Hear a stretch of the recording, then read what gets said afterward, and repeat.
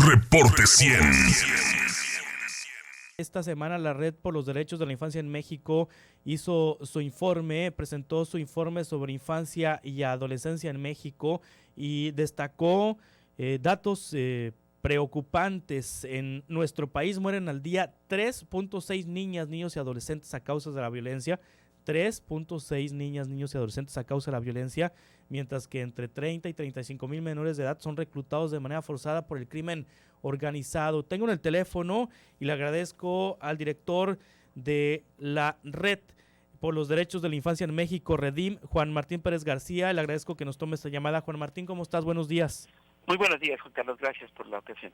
Este informe, ¿qué abarca, Juan Martín? Mira, hace ya 10 años, al concluir este año, el 2019, hacemos un balance de los aciertos y, por supuesto, los retrocesos que pueden ocurrir en la defensa de derechos de niños y niñas.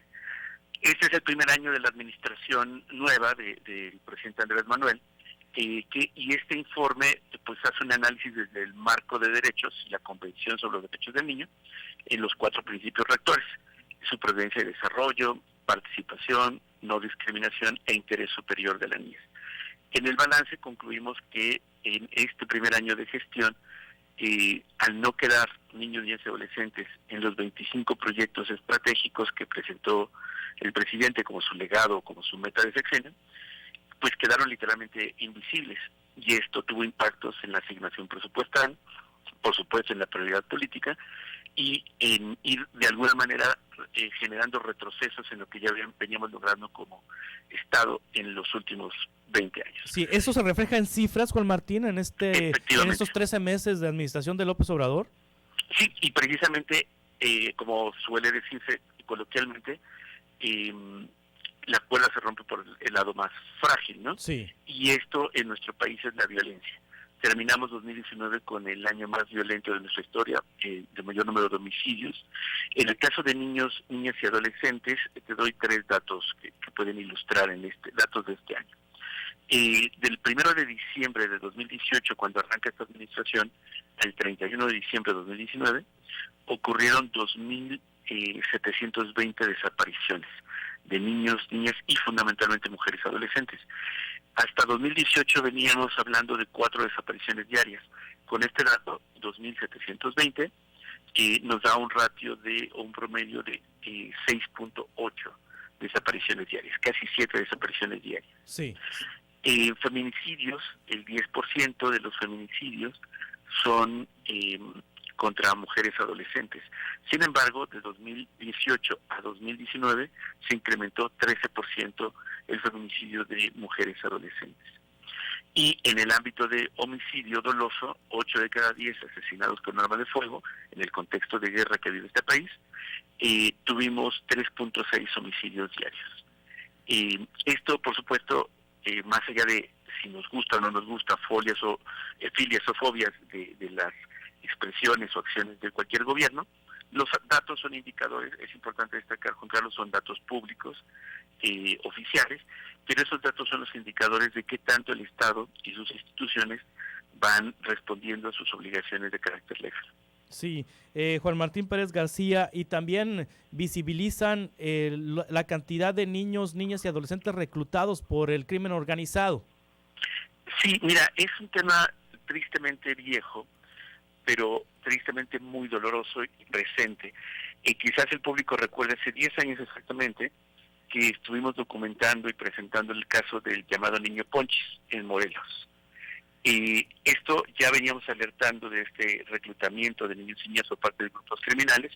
El Comité de Derechos del Niño de Naciones Unidas en 2011 emitió recomendaciones, esencialmente reconocer el tema de reclutamiento, tipificar el delito y desarrollar programas de desvinculación para poderlos rescatar. El Estado mexicano no atendió esto. 2015 el Comité de Derechos del Niño de Naciones Unidas vuelve a recordar y a insistir el tema, pero además agrega que se tiene que revisar la estrategia de seguridad, esta estrategia de guerra que está generando un daño enorme a la infancia. Es hasta abril de 2018, 9 años después, que logramos que se reconociera la existencia del reclutamiento.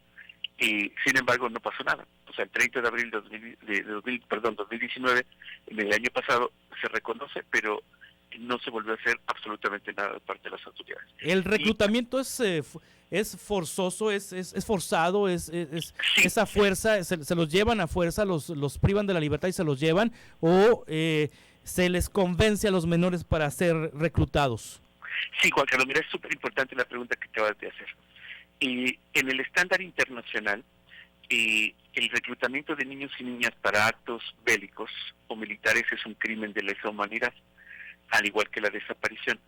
Hay tres formas generalmente de reclutamiento, y el concepto de forzado tiene que ver porque una persona menor de edad no puede, así como no puede votar o no puede tener una cuenta de banco, cosas por el estilo, tampoco puede acceder a armas, porque eso ya representa un riesgo para su vida y su integridad. Ese es el concepto de reclutamiento forzado. Tiene tres expresiones frecuentes. Una, literalmente lo que se conoce como leva, o que se los llevan, los levantan de forma pues, brutal y contra su voluntad. Hay un segundo reclutamiento y es la coacción, cuando son familiares o personas cercanas de alguien que ya está vinculado a algún hecho armado. Y está, por supuesto, la seducción o el involucramiento, que se dice voluntario, pero en realidad es un acto delictivo. Voy a poner la analogía, Juan Carlos, con la pornografía. Hay, digamos, todo un negocio detrás de la pornografía, y por supuesto que habrá quien se vea, digamos, en la pantalla como que colabora con el acto de pornografía, pero claramente se está bajo coacción, con una condición de desventaja frente al mundo adulto. Lo mismo sucede, de hecho el reclutamiento se considera como una expresión de trata o una forma de esclavitud. Los grupos criminales en nuestro país, para responder a la guerra que el Estado mexicano declaró en 2006 con Calderón, se crearon sus propios ejércitos privados. Antes tenían pistoleros para cuidar en la bodega o para trasladar las sustancias, pero a partir de que se arma una guerra, pues ellos crean ejércitos y los compran, y como no pueden tener la misma capacidad de involucramiento de personas como lo hace el ejército o las fuerzas de seguridad, pues recurren, como en muchos otros países, a este reclutamiento masivo. Hay muchísimas denuncias que a través de ustedes, afortunadamente los medios de comunicación, se han podido mostrar de cómo son levantados y llevados a campos de entrenamiento, son forzados a cometer delitos, a ser testigos de cosas muy crueles, y algunos de ellos que sobreviven se ven ya atrapados y coaccionados y esclavizados para estar en estos enfrentamientos como parte de grupos criminales. Por eso la importancia en el caso de niños y niñas de ofrecerles un salvoconducto, un mecanismo de protección como ocurre en otros países. Colombia, por ejemplo, lo tiene bastante desarrollado, algunos países del África Central, y estos son procesos que se acompañan con Naciones Unidas, porque, reitero, esto es un crimen de lesa humanidad. Sí, ahora Juan Martín Pérez García, director ejecutivo de la Red por los Derechos de la Infancia en México, REDIM. El presidente Andrés Manuel López Obrador desde campaña aseveró que combatiría el reclutamiento de menores de edad, de niñas, niños y adolescentes a través del otorgamiento de becas que están becando a estudiantes de preparatorias y han universalizado la entrega de becas para estudiantes de educación media superior. ¿Ha frenado el reclutamiento programa, esta política pública? ¿Hay señales de que esta política pública esté funcionando? Mira, Juan Carlos, tendría que ser una precisión conceptual. Sí. Las becas no son política pública, son un programa, es decir, es como la parte más pequeñita de una acción de Estado. Sí.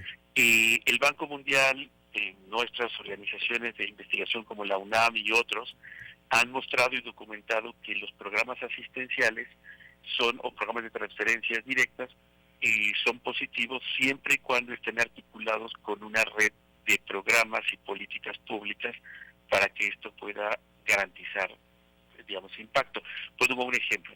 Una persona joven que recibe una beca, el nombre que sea de la beca, no le sirve absolutamente de nada si eso no se traduce en poder tener inscripción en la escuela o en poder tener otra actividad económica que complemente, porque la cantidad de dinero que dan es meramente simbólica. Por supuesto que ni para los transportes o para los libros sería útil. Por eso es tan importante que se entienda que eso no cambia nada, y esto lo explicamos, lo sabe las autoridades de este gobierno actual.